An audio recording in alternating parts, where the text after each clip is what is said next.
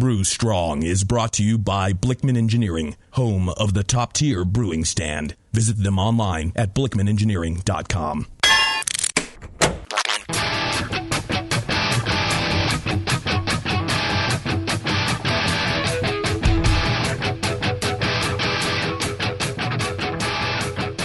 Brewers, it's time for the beer radio you've been looking for. This is the show that dispels myths, tackles the toughest topics, and makes no apologies for geeking out on beer. Hosted by two guys that drink before they think, Jamil and John Palmer. This is Brew Strong.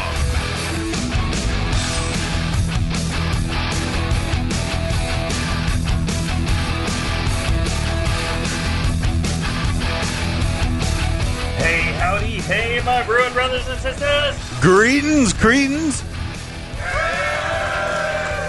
All right. Great to be here at NHC in Philadelphia, 2013. We're live at the conference. We're here in the hospitality suite. Big group of wonderful fans standing around saying howdy. I think it's our most enthusiastic crowd yet. Oh, yeah, you guys are. If you scream more, you'd be more enthusiastic. Jump up and down, yell. Throw panties, What, you guys been drinking all night? Oh, yeah, you have been. Sorry. Yeah, it's still early morning here at 12:30 in the afternoon, huh? Yeah, I'll tell you, all this wouldn't be possible with our great sponsor, Blickman Engineering. Yeah, right over there. Actually, yeah, the Blickman Engineering booth is right over there. It's the shiny one. It's the big shiny one with all the metal things and toys and good whirly gigs and things like that are moving around. Blickman Engineering, they got the whole crew down here, and John Blickman himself. I walked up behind him, gave him a wedgie yesterday. I was surprised him a little bit while he was talking to some people. Yeah, because we were at McDonald's, right? Yeah, no, yeah. So if you get a chance, go by the Blickman Engineering booth and say hi. Tell him you appreciate that he pays for the show so you guys can get it for free. Anyways, today we wanted to get into some questions on Parti-Gyle Brewing. Oh, I also want to mention, we had, the last 6 months I've been open in the brewery. Yeah. And so I've been eating fast food like twice a day, every day for the last 6 months. It's been horrible. I mean, I've put on weight. I'm just like tired. It's just Well, you seem torture. to be a bigger brewer when Yeah, I'm a bigger brewer in many ways. And so coming out here to Philadelphia, I've now had a couple of great beer pairing dinners. And the first one, Peter Simons, we went to the with the Barley Legal Homebrew Club. Very nice. They had us come out and join them at Iron Hill. Actually, they drove us out there, and I'll tell you, it was fantastic. Wonderful food, wonderful beer, wonderful people. Had a great old time. I was really touched cool. at just how generous and kind they were. And it wasn't like, oh, you need to speak and do all this stuff. It was like, just come on out and hang with us and have dinner. Peter and I loved it. It was a great time, and I was really thrilled with that. Matter of fact, I'm wearing my Barley Legal homebrew shirt. I'm going to sport it at club night tonight. I mean, it'll be, I think, the first time I've worn anything other than a coif shirt at club night. But I feel like I'm here in Philly. It's they're a New Jersey club. I feel like these are your homeboys now. Yeah, I'm here. While I'm here, I'm a Barley Legal. There you go. Very cool. And don't search for barleylegal.com. Okay. It's a whole other site when you get that. So, all right. Like I said, we're going to talk about Parti-Gyle Brewing. We got a question. You guys can send in questions to Brew Strong. You send in brewstrong at thebrewingnetwork.com. You send in whatever questions you might have. And Ben, he wrote about Parti-Gyle Brewing. He says, I've done some online research about Parti-Gyle Brewing, and I'm getting a mess of different information from different sources. I'd like to start splitting mashes into 2 separate 5-gallon batches, but I don't know what gravities I should be shooting for. For example, if you mash 10 gallons of 1050 beer, should the first runnings be 1060 and the second be 1040? I had a whole slew of questions about that, and I thought, that's actually a pretty good subject. Yeah. A lot of people, especially if you're doing something like making a barley wine, you've got, really high runnings to start with, and then those second runnings, there's quite a bit of sugar left in those things. Oh, yeah. This is the way that Fuller's does their beers. So they'll do a mash, and they actually run it out into it like batch sparge into 3 different receiving vessels, and then they blend that in various amounts to get their various beers, from the ESB to London Pride, and so they've got all their different beers that they get from that one mash.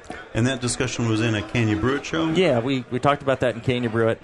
And, it's fascinating. And homebrewers, being the creative and traditional and sometimes frugal lot that they are, it'd be cool to have one mash and get multiple beers out of it. So what are some of the processes and tips of Parti-Gyle brewing? Well, it is a very viable process.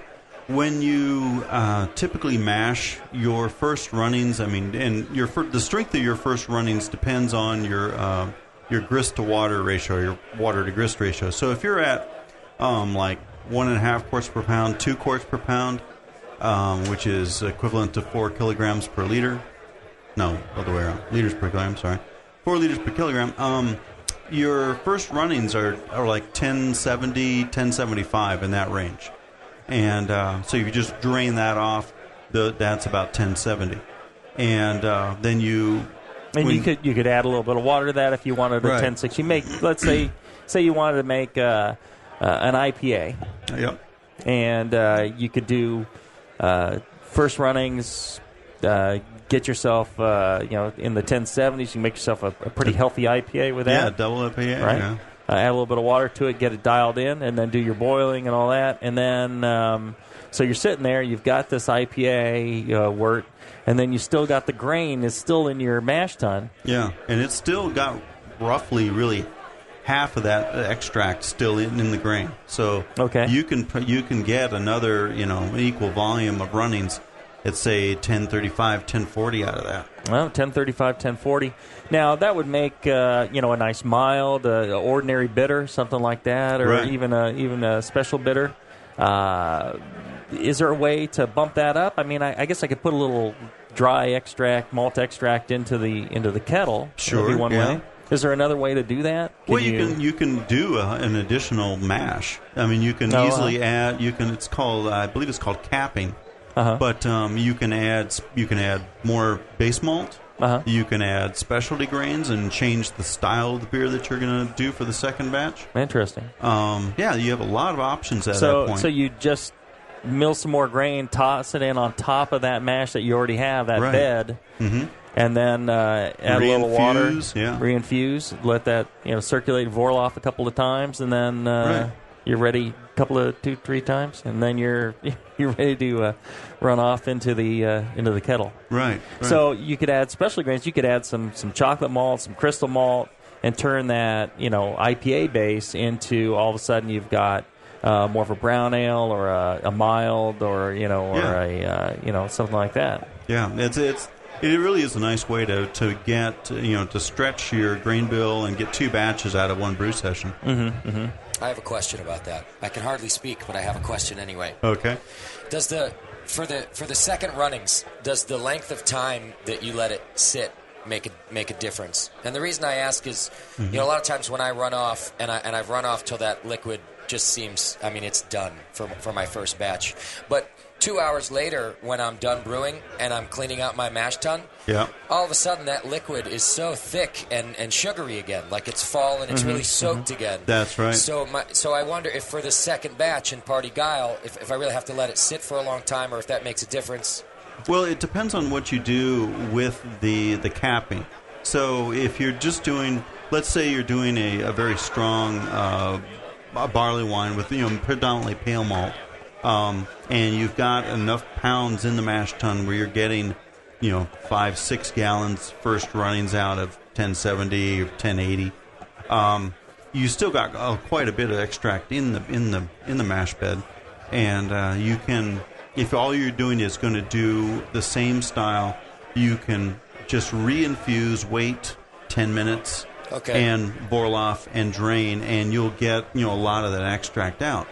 If, on the other hand, you want to add specialty grains or add more base malt to either increase the gravity or increase the complexity, then you should give it another an additional period of time to allow the solubilization to occur. More leaching of sugars, depending on whether it has to convert the starches or just extract the sugars. Is that a whole other 1 hour mash that I need to do if I'm adding grain? If you're converting the starches, yes. If it's like crystal malts and roast barley, things like that, no. Then it's more of a steep. It's like steeping. Okay. Yeah. But to address your question, one of the things I've been saying for a long time is the amount of time you take in sparging really affects your efficiency. Yeah. So if you're getting increased efficiency after already sparging once, you probably didn't wait long enough or take long enough in your initial sparge. You should go a little slower, take a little longer, and you'll get more efficiency out of that. Okay, because it's really a big difference. When I'm sparging, I'm running off, and it's pretty damn clear. Mm-hmm. And then I'm telling you, it looks like an IPA again 2 hours later with the rest of it that's in there. So maybe I'm sparging too fast. Give it a little more time initially, and you should be getting more out of that. A large part of your extract efficiency, your brewing efficiency, when you're doing all grain, as Jamil says, is the lauter. We talk about don't try to be super efficient. Be comfortable, be satisfied with the 75% efficiency. Okay. But honestly, by just slowing down the lauter, you can easily bump that up to 80, 85. All right. So a lot of us are, especially when it comes to commercial setups, you're trying to balance time versus extract. But on the homebrew scale, we've got plenty of time, and you can easily, increase your extract by just taking a little bit longer. Just let it sit. Okay. Yeah. Let's do this. Let's let it sit for a little bit, and we're going to take a short break. When we come back, we'll do a little more Parti-Gyle, and we also have a microphone set up in case you guys have questions for us. We'll answer them for you here live today at NHC in Philly. So let's take a short break, and we'll be back with more Parti-Gyle after this. Oh. Tonight is the night. We bring the creature to life, Dr. Blitzmingstein? Yes, J.P. Gore. Everything is perfect for my next fermented creation. But, Doctor, the storm is too far away. We'll never have enough power to isomerize the creature's alpha acids. Yes, J.P. Gore, we will. For I have in my possession the Tower of Power.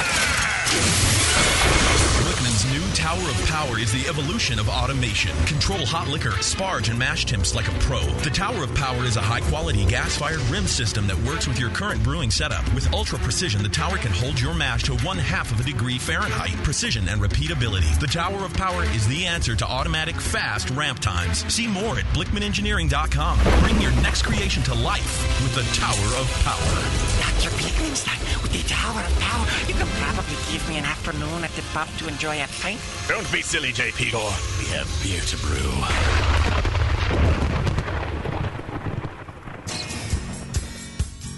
Hi, I'm Jamil Zainasheff, and in addition to my work on the Brewing Network, I write the Style Profile column in every issue of Brew Your Own magazine.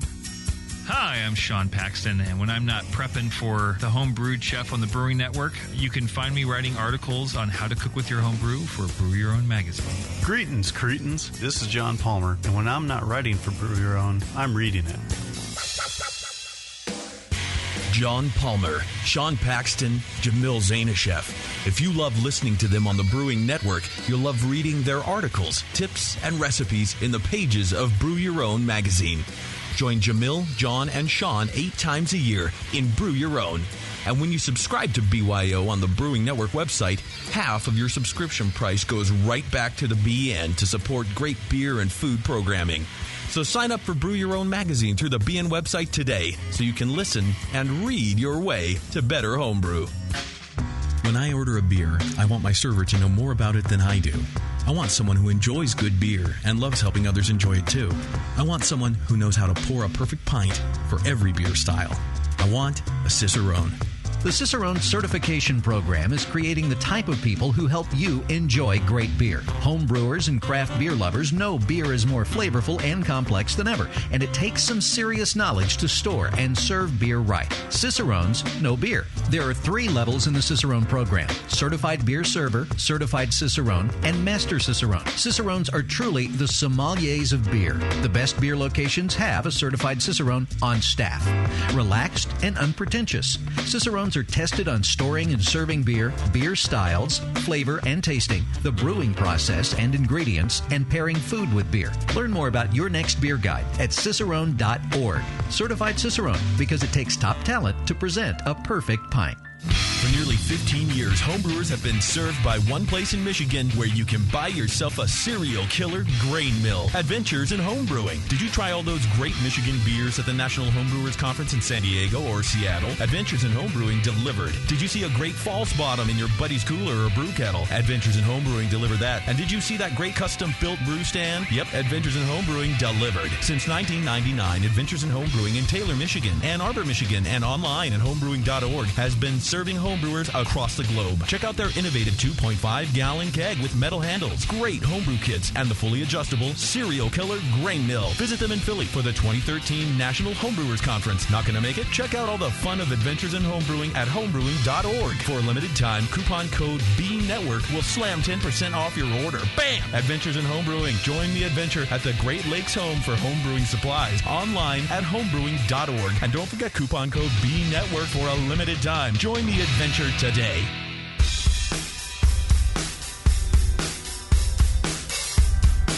Back to your hosts, Jamil Zainasheff and John Palmer.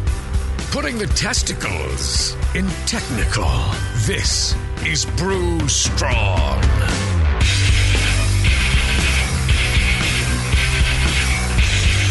All right, here we are, live NHC 2013. Yeah. Everybody scream. There you go. Y'all having a good time? Enjoying Philly? How many people is this your first conference? Oh, look at that. Yeah. Pretty much everybody. That's amazing. Yeah, the conference has been growing, and they just keep getting better and better. This is a fantastic conference, and I'll tell you, there's nothing better. There's no better beer event in the world than this conference. I've been to a lot of different things. I go to the GABF every year. If I could only choose one, it would be the National Homebrewers Conference. So, next year is in Michigan. Yeah, it'll be in Grand Rapids. Grand Rapids, Michigan next year. So make sure you set aside your time and make your plans for Grand Rapids next year. That's going to be a really good one. There's a lot of really up and coming breweries in Michigan. Right, and we can visit the Hudacek compound when we're in Michigan. That's right. Yeah. Yeah, and some of our favorite beers, like the Jolly Pumpkin La Roja. Dexter, Michigan. I got to stop by and see Ron at Jolly Pumpkin. That'd be cool. Yeah, in a minute here, we're gonna give you guys a chance to ask any question you have live on the air, and you can we'll answer them for you right here, or we'll do our best to answer them. Mm-hmm. Let's kind of wrap up on Parti-Gyle. So. You gave a pretty good idea of what I could expect from my different runnings. Is there any calculator out there that you know of? Does Beersmith do this? If Beersmith doesn't do this, what we need to do is get Brad to add this to Beersmith. We should, yeah. At the moment, I'm only aware of like a table I've seen that breaks it down as far as theoretical gravity based on just grist ratio. Right. But yeah, I'm certain he could add that into if he doesn't already have it. Right. Okay. So there'll be a Parti-Gyle table maybe out there, and maybe Brad can put something together, add that to Beersmith. That's one of the great things about Beersmith is it's actively being developed, and so new features come out. It's keeping up with the state of the art, which is really cool. Is it easier to estimate original gravity? No. Let's see. What are some good styles to brew when using the Parti-Gyle method? Well, you're not really limited. You just have to understand that what comes out first is going to be, the stronger wort, Mm-hmm. If you start out with, say, an Imperial Stout, right, then your second runnings are going to be dark. Right, right. And maybe that would be suitable for a dry stout or a small sweet stout. Mm-hmm. So, just keep in mind that, whatever you did first is going to carry into your second beer. Right. Whereas if you start out with, just a base malt or a pale ale malt and a couple of specialties, then it's a little easier to add more specialties to that. Something like a barley wine, a Bock, Imperial IPA, good starting one, and then you can do add some color malt and some crystal malt or something like that and make a completely different smaller beer, or, big beer, smaller beer without adding any grains. Okay. And you could do different yeasts, too. Oh, yeah, you could be making, Imperial IPA, and then you could be making a best bitter. Yeah, that's a very good point. Yeah, a lot of people forget about how much a change in yeast changes the beer. You could use the same exact grain bill and come out with two completely different beer styles. Belgian Golden Strong and sweet stout, English mild, American brown ale. Yeah, that would work. All from one big starting mash. Yeah, that'd be quite nice. Would it be worth mashing only base malts, then steeping different specialty malts in the two batches? Yes. So yeah, you could even, like you're saying, do Imperial Stout on one, and then the thing about that, I think, is you're kind of getting it's almost like working with extract and then steeping grains. Yeah, that's true. So you could look at your mash as just an extract source, a base extract, and go from there. Yeah. Interesting. All right. And he said, he's real interested in it. It's nice to get a chance to ask questions and things like that. So there you go. All right. Parti-Gyle Brewing. I think it could be quite a bit of fun. I know that the Iron Hill Brewery, where the Barley Legal Club had us for the beer dinner, they were saying that they do every year like an Iron Brewer competition where they do a barley wine or something, and then the second runnings, they have the homebrew club down, and they get buckets of wort, and then they go off and turn that into various beers. And the array of different beers that they get, they said, was amazing. So they're all starting with that same wort. And then the beer that was the winner last year was, I guess it was a, can't think of it now. It was chocolate and... I don't know. It was well balanced. It was a great beer. Oh, and coconut. It had great coconut character, too. So they did a bunch of interesting things to it and made this unique specialty beer. So I thought that was really cool. Jamil, will you be doing any Parti-Gyle Brewing at Heretic, or have you guys done anything like that? I know you mentioned Fuller's earlier, and you're a fan, so I just wondered if you'd... I don't know if we would, but I was fascinated by the Iron Hill example, and I was thinking, boy, I'd love to, if we're making a big beer. We've done this where we've just dumped a bunch of really good wort down the drain. Right. And I'd love to get some homebrewers by to, take that with them and, Sure. So as an example, which of your beers at Heretic might be a good one to do a second runnings? We did a deadweight barley wine, and the second runnings were huge. Okay. We stopped real early, so people could have been making 5-6% beers off of that. What about the Evil Cousin? Could you do a pale ale after your Evil Cousin, or is that not big enough? You could probably do something. I mean, we stop our runnings with quite a bit of sugar left. So you could probably do, a session pale ale easily. Yeah. Okay. And up to maybe 5%.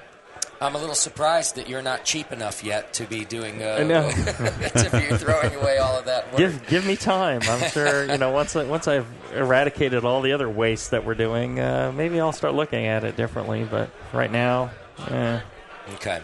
It just goes down the drain. Okay. Goes to the cows. What about the Evil Twin? What is the first run? What's the OG of Evil Twin?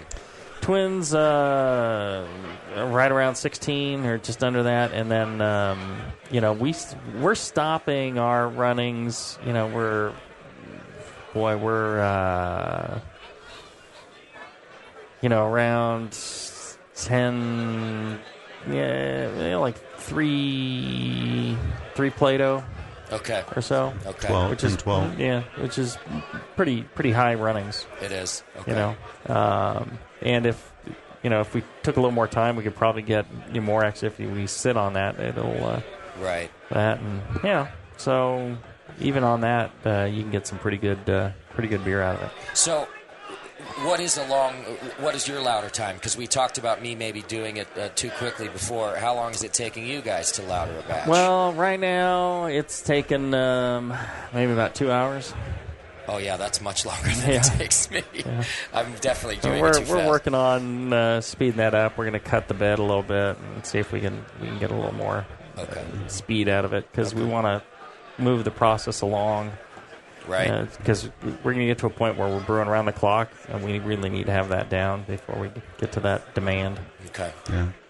If I'm doing sparge in my home setup, I'm more like 45 minutes. Oh yeah, see I'm around that. Yeah. So 45 minutes to an hour. Okay, but then again, you mentioned earlier that I shouldn't worry too much about getting more efficiency anyhow. So, right.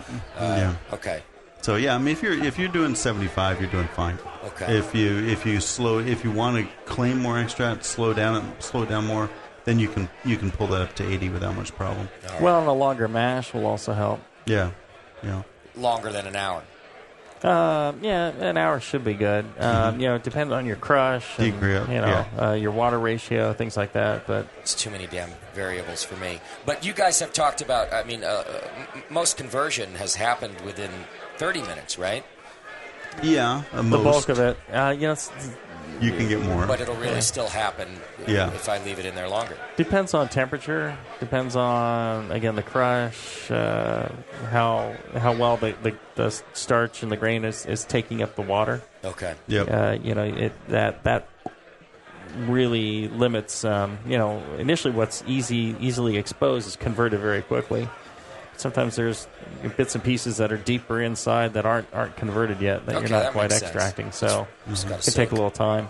Generally, especially if you can keep your temperature stable, there's no harm in waiting, longer. Okay. All right. That tends to work out. Well, let's do this. Let's take a short break. What I want you to do, if you got a question for us here, Brew Strong, step up to the microphone, and after this break, we'll get your questions in, and there may be prizes for the best question. I think maybe the jet ski, the Martinez jet ski, the one without wheels. No, it doesn't have any wheels on it, yeah. So and you wouldn't want to take it in the water either. But we may have a prize for the best question or worst question. We'll see. So line up there, and we'll get to you right after this. BN Army, HopTech has a great discount waiting for you. Do you often find it difficult to find specific specialty ingredients for your homebrew recipes? Well, listen to this.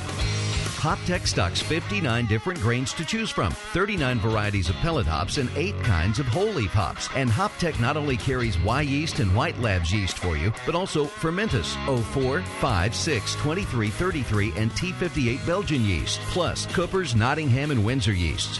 Got your recipe ready to go? Pick up some great brew gear like new long and short sleeved shirts, games, and more.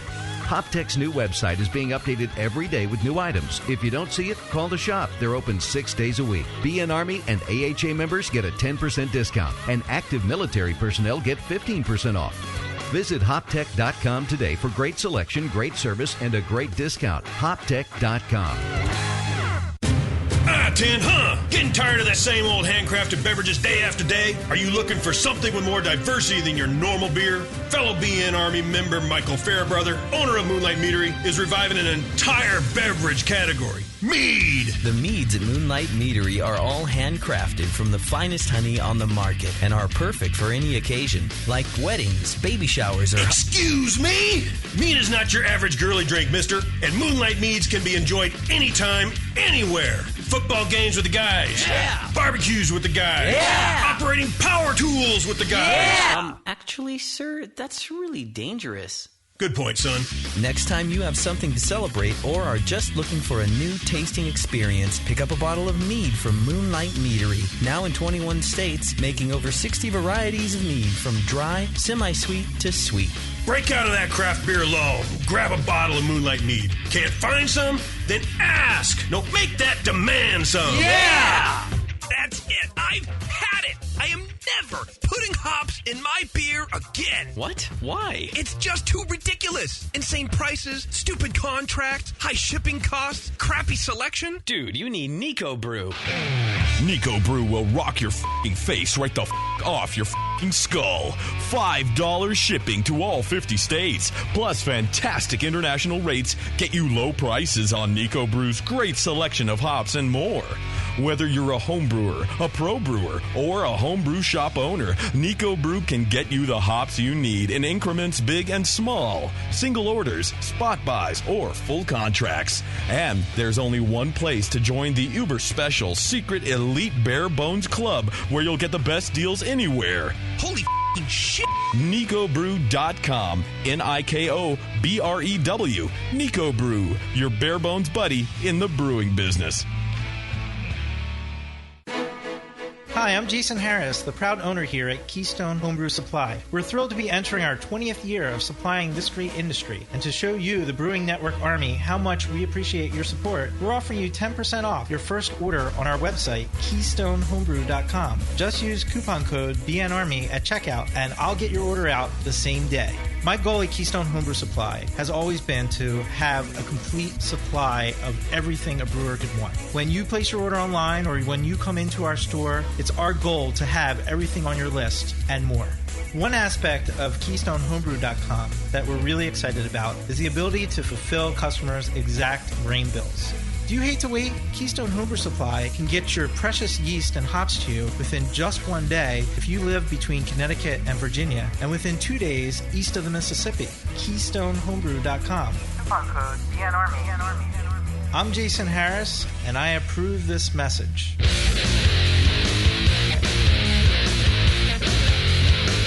Back to the two guys that know how to turn beer into beer. This is Brew Strong. All right, here we are live, NHC 2013. Philadelphia! Philly! All right, we're doing a live show here, and it's your chance to ask questions live and see our faces and possibly be the winner of this BN hoodie, which is like a $120 value. They sell them for like $35, but $225 value. And if you're interested in a Brew Strong T-shirt, they're just about sold out, so you might want to grab one now. And we got our first question from Bill. Hi, John and Jamil. Hey, Justin. How you doing? I'm good. Hey, I'm Bill. I'm from D.C., member of D.C. Homebrewers. Cool. Nice. Great to see you guys on the East Coast. Thank you. I know the flight from California is kind of a pain. It sucks. Yeah. Yeah. My question was about water. I imagine when you're doing Parti-Gyle, water is always important with any brew. It must be even more complicated when you're doing Parti-Gyle. And I imagine with each successive runoff, especially if you're going darker to lighter or lighter to darker, your needs for the water would change. Would you recommend doing different water calculations for each part of the Parti-Gyle? Thinking about different kind of pH kind of thing. Right. No, how would you think about? That's an excellent question. Excellent point.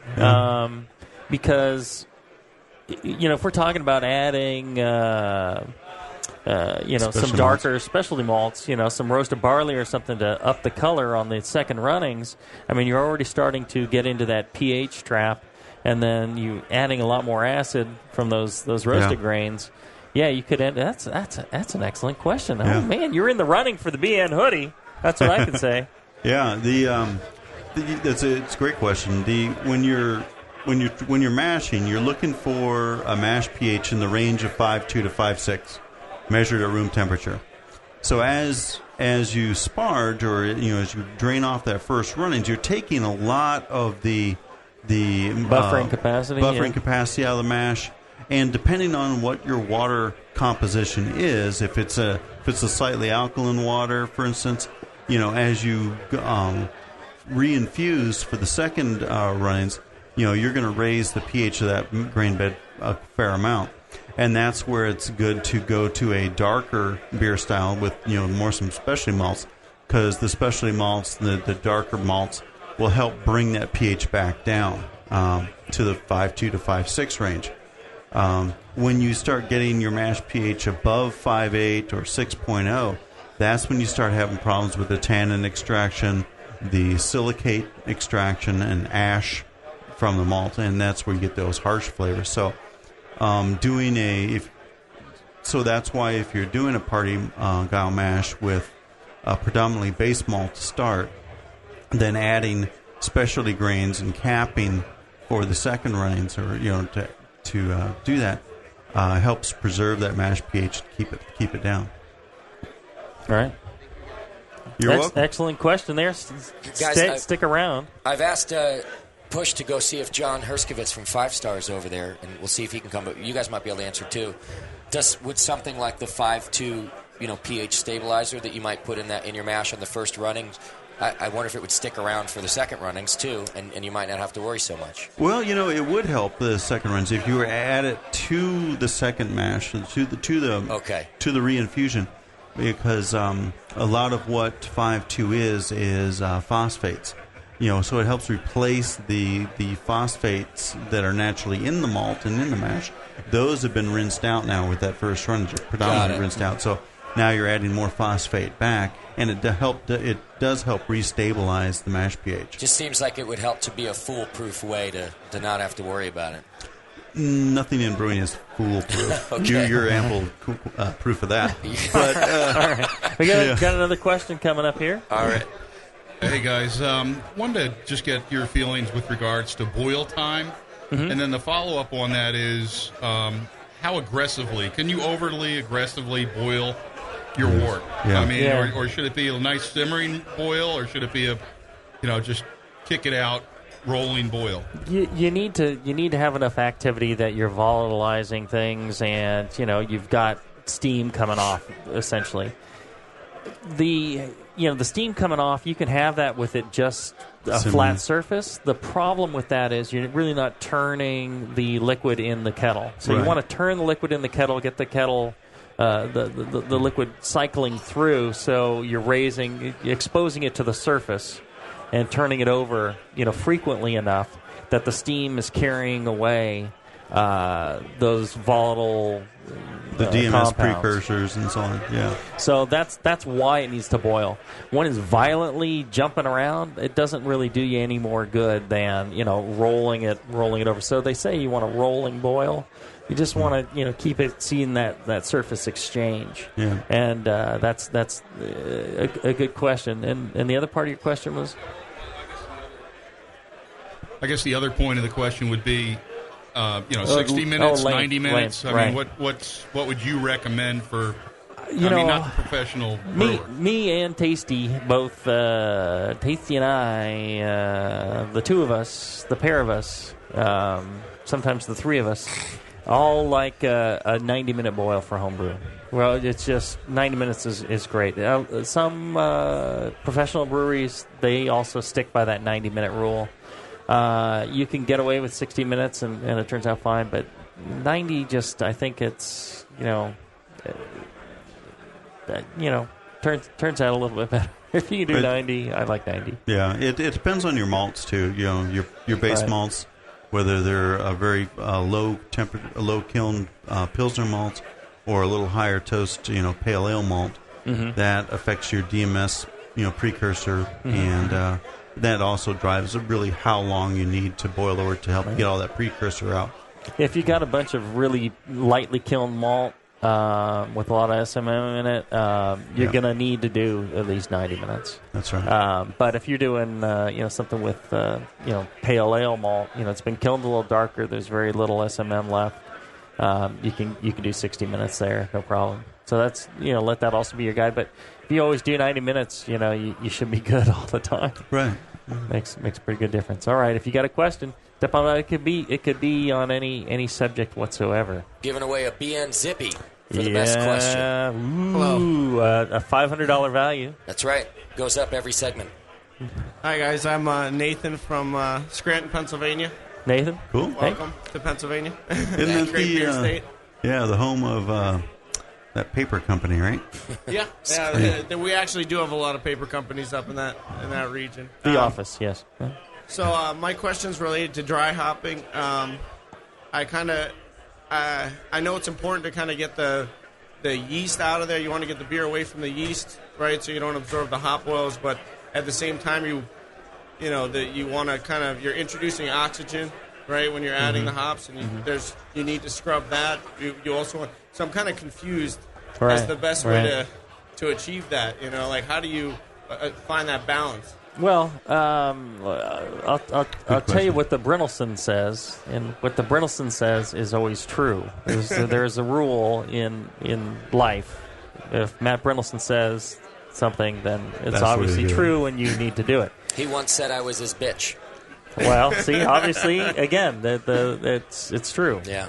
Right. So he is a believer. I don't want to put words in his mouth, but my understanding from him is that he likes to at least do some of the hopping early while there's still a bit of activity to kind of scrub out the absorb the oxygen. If you have yeast in there, they take up oxygen pretty quick, and that reduces oxidation in the beer, what have you. And one of the things that we're doing at Heretic, and I'm pretty sure he does there, and a lot of other brewers do, is flush the hops with CO2. So we have a bucket with a CO2 line going in, and we kind of cap it off with a cone, and we inject CO2 and just keep flushing it with CO2, until we think, oh, well, maybe we got rid of the oxygen. And then, it goes in the top. The balance there, one of the things for me, I don't know that I really need active fermentation to truly take care of the oxygen that could be in the hop pellets inside, in the cones. I mean, it traps a lot of air as it goes in. There's a lot of yeast in beer even after it's finished fermenting. I mean, there's still a lot sitting around, so tends to clean it pretty good. And the way people package beer, you're introducing a heck of a lot more oxygen during that time than you are generally in dry hopping. So I wouldn't concern yourself too much with it. Try a beer with, earlier in fermentation, like you're saying. If there's activity in fermentation, you're scrubbing off some of those really light, volatile compounds. If you do it later on. As long as your beer still has a lot of suspended yeast in it. I mean, it may not be bubbling much at all, but the suspended yeast will do that cleanup for you. Well, and like he was saying, it does tend to bind the yeast cell surfaces. The more yeast you have in suspension, the more of that hop goodness they can bind up on the surface. So you need to be careful of that too. Yeah. Increase the amount a little bit, perhaps. What we're doing at Heretic, and we're going to talk about this in the second show at 3:15. We do double dry hopping for various reasons, and we'll get into that in that other show. But I think that really helps significantly, and because one of the reasons is because the yeast is really gone at that point. So, good question. Well, and if you guys got any other questions, we'll be awarding this BN hoodie. You see how easy it is to step up and ask a question. And I also wanted to mention our other fine sponsor that steps up all the time. Yes. Here we go. This is where it starts, folks. This is where the end begins. AdamandEve.com. Yes. I don't know, if you're here. They're a stand-up company, that's for sure. You're here with your significant other. You're here with your brewing buddy. But you might want to go by AdamandEve.com. They sell all sorts of interesting things to enhance your experience, shall we say? Yeah. I mean, I know with a few things from Adam and Eve, I could enhance my experience here at the conference tremendously. Yep. There's just times when you need some help, some lube, whatever it might extra be. hand. And you go there, you use the offer code Jamil, Jamil, And what you're going to get is 50% off just about any one item. And I've never heard people not getting the 50% off. True. I think if you're buying a car from them, maybe you don't get the 50% off. But 50% off any one item. You get free shipping. Yep. You get a free gift so sensual I can't mention it at the NHC. Yep. And then you get to choose 3 free DVDs from genres such as anal, gay, Asian, amateur, MILF. Parti-Gyle. Parti-Gyle. That was all one genre. Party. Yeah. You get them all. Yep. And you can choose the 3 free DVDs. And all you got to do, use the offer code Jamil, Jamil. Write it down. Free shipping, free gift, 50% off the one item you're buying, and the 3 free DVDs. It's pretty amazing. I mean, you're buying one item cheap, and then you get all this stuff for free. So give it a try. AdamandEve.com. Good sponsor. They've been with us quite a while. Thank you, Jim. And you can find stuff that you can use, too. All right, one more question, then we'll take another short break and wrap up. I'm Scott from Long Island. I had a troubleshooting question. Make a lot of pale ales and IPAs using Cal Ale, usually mashing pretty low, get it really dry. The beer I just did was trying to do a session rye ale, kind of like Graham Rye, mashed at around 155, 156. Yeast still attenuated down to 1006. Right. I have my trusty Beersmith app if you want to take a look at the recipe, but I don't understand. Most of the beers we're doing are going pretty low, but this one, I thought it would finish around like 10-10. A couple of things. It should have finished higher. I would be interested in how long you're mashing, maybe and temperature drift over that time. If you get down to 152, things can get pretty dry at 152. Yep. I'm mashing for an hour, but it's definitely dropping. Is it in a cooler or in a cooler? No, I have a Blickman top tier 30-gallon. Okay, so you're controlling at your temperature. I would start out a few degrees higher. Lagunitas, we did some Can You Brew It shows with them, and they truly mash beers at like 160. They're not kidding when they say that. People think they're making it up to fool homebrewers, but we did Lagunitas their IPA at 160, and so you try moving it up to 160 and see what happens. If you're still getting that, I wonder. Yes, double check all your instruments that you're measuring with. Calibrate them against something, and then give it another shot and see what happens. Without being there, that's a tough one. You might try a different base malt. I don't know. Yeah. I don't know. Sounds like you should just go to his house, Jamil. Yeah, I should. Anytime. You got your car here? And send me the recipe, or maybe you already did, and then we can chat about it and see what we might see out of that. But that's a puzzler. Thank you. All right, thank you. All right, let's take one more short break. When we come back, we're going to be awarding this BN Zippy to the value $1,000 to the crowd. If you want a Brew Strong T-shirt, get it now. They're running out, and this is your opportunity to get one without any shipping involved.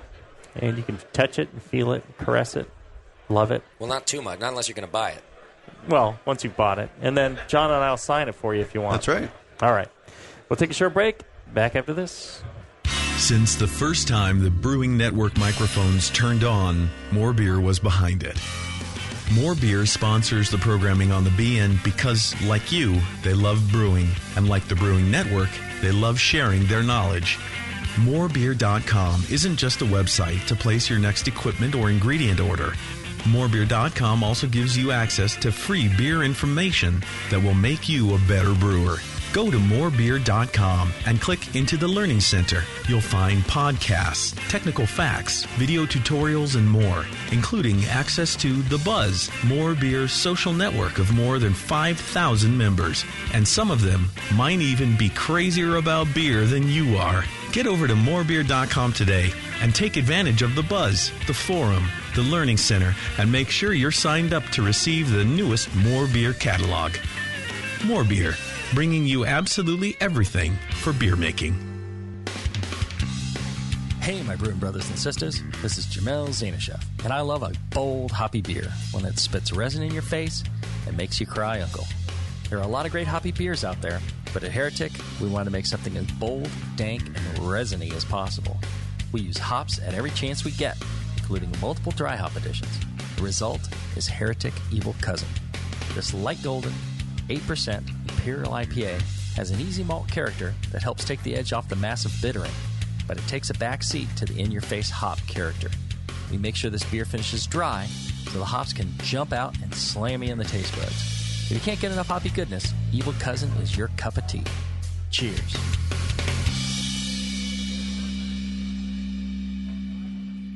A vial of White Labs yeast is the key to your best beer. When you open a vial of White Labs yeast, you're giving your beer its best chance for a perfect fermentation. In addition to their already incredible variety of yeast, White Labs is proud to announce WLP 90, San Diego's super yeast, now available year-round. WLP 90 is super clean, super fast fermenting, with low esters and has a neutral flavor and aroma profile. It's alcohol tolerant and highly flocculent.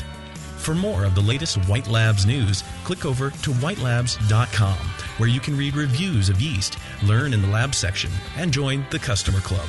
And if you should find yourself in San Diego, White Labs has a brand new training facility for craft brewers and homebrewers alike. Whitelabs.com. Discover yeast, nutrients, enzymes, and more for commercial breweries, homebrewers, and homebrew stores. White Labs. It's all in the vial. Do you know the 3 most important rules in brewing? Sanitation, sanitation, and sanitation. And no one does it better than 5-Star Chemicals. 5-Star knows sanitation. You can only sanitize clean equipment. And 5-Star knows how to clean, too. For craft brewers and home brewers, 5-Star has what you need to keep your fermenters, serving tanks, kegs, and draft lines sparkling and free of any beer-spoiling bacteria. PBW, caustic, acid cleaners, Star San, SaniClean, lubricants and defoamers, pH stabilizers, and more. 5-Star Chemicals has cleaning supplies, safety supplies, heat exchangers, pumps, hoses, and valves. And 5-Star is proud to offer eco-friendly products that exceed customer expectations. If you have a cleaning problem, you need the 5-Star solution. Visit 5starchemicals.com or call 800-782-7019. 800-782-7019 and get the 5-Star treatment today. Where do you go for all the stuff you need to brew? Homebrewstuff.com, of course. In their Boise, Idaho storefront and warehouse, they have more than 750 craft beers and 8,000 square feet of homebrew products in stock. The staff at Homebrew Stuff are homebrewers themselves. They try out just about everything, including the beer, so they can answer your questions knowledgeably and correctly about brewing, kegging, and anything else you might need to ask. Don't live near the Homebrew Stuff store? Visit homebrewstuff.com online and take advantage of their $7.95 domestic shipping available on most orders. Homebrewstuff.com is a proud sponsor of the AHA, NHC, GABF, and countless other acronyms. So if you're a homebrewer looking for great people, a great selection, and great deals, head to homebrewstuff.com, online or in person. Visit their YouTube channel for loads of free how-to and product videos. All of the stuff you need to brew. homebrewstuff.com.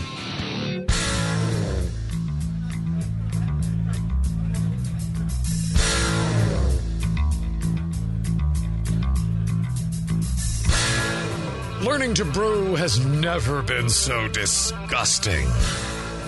This is Brew Strong. All right, we're back. Did anybody get to try John Meyer's beard beer at Pro Night last night, huh? How about that? Excellent. I was just telling Justin I would, if he had underwear beer, I'd drink that. I mean, the guy's the guy's fantastic. I'd drink whatever. I was afraid Whatever to try the beer because I'm a germaphobe, but it was pretty good. I had it. It was actually pretty good. Well, it's all been plated out down to a single cell organism. All that was in it was yeast. Right. White Labs plated it out, grew it up from a single cell. There's no bacteria. There's no nothing other than the yeast. I know. It still creeps me out, but it was a good beer. It was good beer. Absolutely. Would you expect anything else from Rogue? No. Absolutely not. Well, and the winner of the fine BN Zippy was Bill with the first, the water question. Water, dude. Yeah. You actually came up with a question that we did not cover information in our Parti-Gyle covering there. Yeah. So, Hey, Bill, good just go job, to the man. booth and make sure you get the right size. Get Yeah, whatever you can size exchange need. it for a different size if you need. Yeah. All right, thanks. Good question. Thanks for participating in the show. And I'll tell you this: the show is all about participation. A lot of the information, a lot of the topics that we cover, are based on input from you guys. When you email us at brewstrong@thebrewingnetwork.com and say, "Hey, I want to hear a show on this." right. I got, or you label it with Q&A, and it's like, I just got a quick question. Maybe you guys could cover on the show. All that we go through it. I pull up, earlier today. That's where we started with somebody's email. So don't hesitate to email. Don't hesitate to participate live. You can get on the website, thebrewingnetwork.com. Listen now, and you can chat live during the show. Scott Moskowitz, he's there, fielding your questions as we do the shows. So it's great to have you guys participate in it. It's great to have you guys listen. We appreciate the support, and we would like to support you back with the information you need. Yeah. And if there's we got a couple minutes. We got to get going. But if anybody has any final questions, don't be afraid to come on We up can and ask. knock out one more question. Anybody? Huh? All right. Yeah. All right. Got one. We got one more. Hello. Hi, I'm Larry from Leominster, Massachusetts. My question is, when I make a smaller beer, you're talking about Parti-Gyle. Mm-hmm. I tend to increase the grain bill, and I halt my sparging so that I get some of the better quality sugars. And so Parti-Gyle kind of goes against, my idea of a smaller beer. Would I be able to sort of incorporate that same thing into a Parti-Gyle where just increasing, the grain by like 15, 20% and just halting it, or would I still... Is that second running going to still be a lower quality sugar? It's, and it's not necessarily the sugars, the lower quality. That's an excellent question, and it goes to one of my pet things, which is don't over-sparge, don't push for higher efficiency when, beer quality suffers. Right. And so, like when you really want to have a great small beer, when you want, best of show quality beer, you take regular grain amounts and just do a short runnings of it, and, add some water to it to get it to the right gravity, and that's got a lot of the great malt character to it, and less of the. When you sparge further, you're getting a little bit more of these other tannins and commons, silicates and so on. Yeah, and ash. that is what is unpleasant about those. When especially they tend to be more obvious in a lower runnings beer. You don't have a lot of sweetness and other things to counter that. So I'm with you on that. You might be able to bump it up. I mean, Parti-Gyle may not be for everybody, but I think if you're making, like the Huda Czechs, when they got to make 2 million gallons of beer for their party every year, their Oktoberfest, they ought to consider Parti-Gyle, and they can knock out a few, with one mash. But that's a good question, Larry. I think. Stick with how you're doing your small beers now. I think that you're going to be happiest with that result. All right. Thank you all for participating. We're going to do another show here at 3:15, and we'll talk about double dry hopping, which is something we're doing at Heretic, and something I learned from Matt. Probably from Matt and from Vinny and all those guys, and. We'll also get more of your questions, and we'll probably give away the jet ski at that point. If not, it's out in the hall. I'll get Justin to give up more valuable BN gear. Yeah, maybe we could give out one of our new BN stickers. No. I think we're going to step it up from there. Okay. The BN Stingray? airplane. We could give out a warhead. Ooh, the double-walled stainless steel growler with the hop grenade on it. Yeah, nice. I don't even have one. Right. Yeah. You don't homebrew anymore. I still drink beer. Can you register that at Heretic so that I can fill my warhead at Heretic? Yes, I can. Please do.